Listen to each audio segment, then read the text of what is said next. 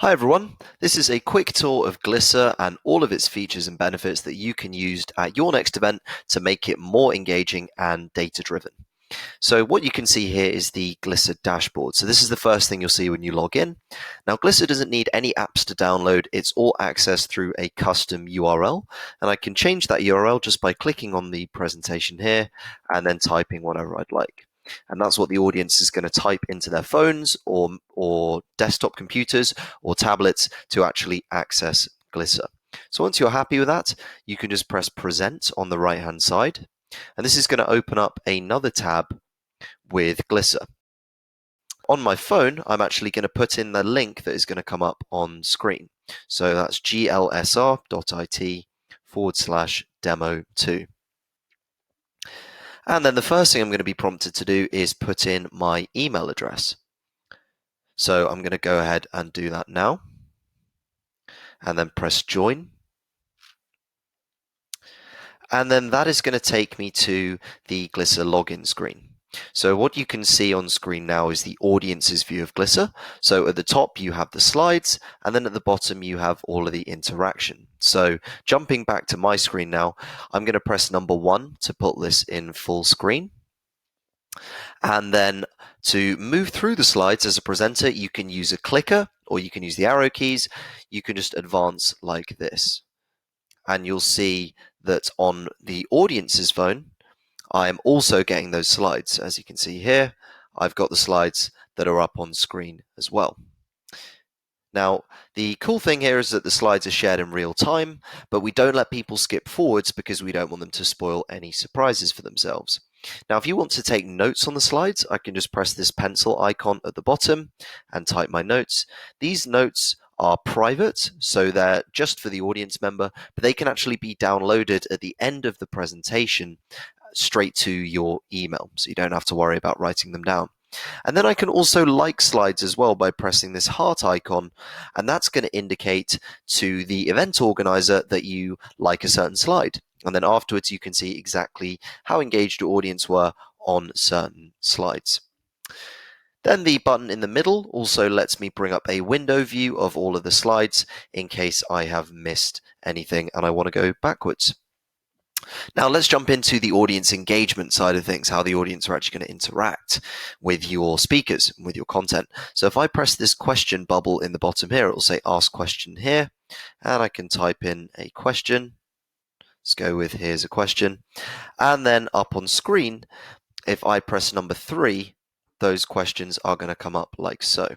And I can type another question, and we're going to see that that question populates automatically. Now, the cool thing here is I can vote on the question. So if I vote on question 2, that's actually going to get pushed to the top of the feed. So you can very easily see who has voted in which specific question. And then I'll ask one more for good measure because I'm going to show you the word cloud. Now, I do warn you, this won't be a very impressive word cloud because there's only 3 questions. Use your imagination here. But if you've got lots of words, I can actually bring up a word cloud of all the words from the question feed. And you'll see that the words that have been asked the most, in this case, question, actually appear larger. So that is Q&A. You can also moderate the Q&A. I didn't do it here just for time, but you can have a second person accepting or rejecting the questions as they go live, making sure that your question feed is nice and clean. The other thing you can moderate is tweets, and you'll see on the bottom left of my phone now the Twitter feed. So I've just pulled through all of the tweets using hashtag education. Just for the sake of this presentation, you can obviously use the hashtag for your event, and then you can not just tweet from here, but you can actually tweet out the slides that you're currently on. So where it says slide attached, I can then type in my tweet here. And then if I press tweet, that's going to redirect me to Twitter and actually tweet out the slide I'm on along with the hashtag. And then up on my screen now, if I press number 4, that is going to bring up a Twitter wall. So what some of our clients like to do is have this off to the side on their events, on a plasma TV somewhere, so the audience can engage. And I can also bring up the most recent tweet or my favorite tweet using the Twitter moderation, as we just talked about. So that's Twitter. Next thing is the polls. So the polls are built into Glisser slides. So if I move through to a poll slide like so, I press number 4 to take this away, If I move through to the poll slide by pressing the right arrow key, we're going to see that on my phone, the poll results come up. So it says, how well does your company currently use event tech at the moment? If I select an answer and then press send, like so, now on the screen, if I press spacebar, that's actually going to reveal the answers like so. And then if you want to use it as a quiz as well, if I press R, that's actually going to grey out all the incorrect answers, as you can see here as well. And then if you want to make things a little bit more competitive still, you can gamify it by having a leaderboard of all of the people who have got the most correct answers and the quickest people to answer to. And I can bring that up by pressing number 6, which is here. So the poll that you can see up on screen is the multiple choice. We've got a couple of other polls which I'm going to show you as well. So you can see here it says, what was your most valuable takeaway from today's presentation? This is actually a free text poll. So as you can see on my phone, I'll type, I thought it was great, and then press send.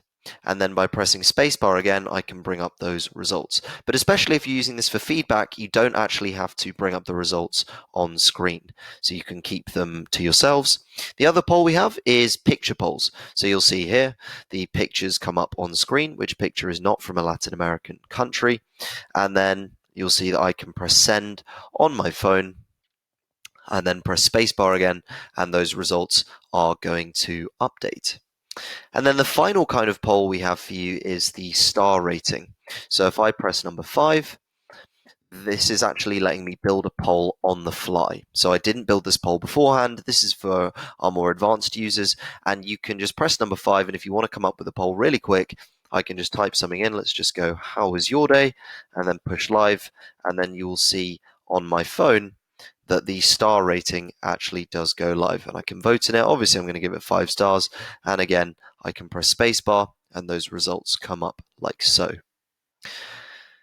And then all of the results of Glisser are stored in the analytics dashboard. So what you can see on screen is a preview, but you get basically a really nice breakdown of everyone who attended your event, the questions they were asking, whether they downloaded your content, the poll results. Absolutely everything we capture is tracked right here in the dashboard. And then when you finally get to the very last slide, which is here, you'll see on my phone, it will say, send me this presentation and my notes.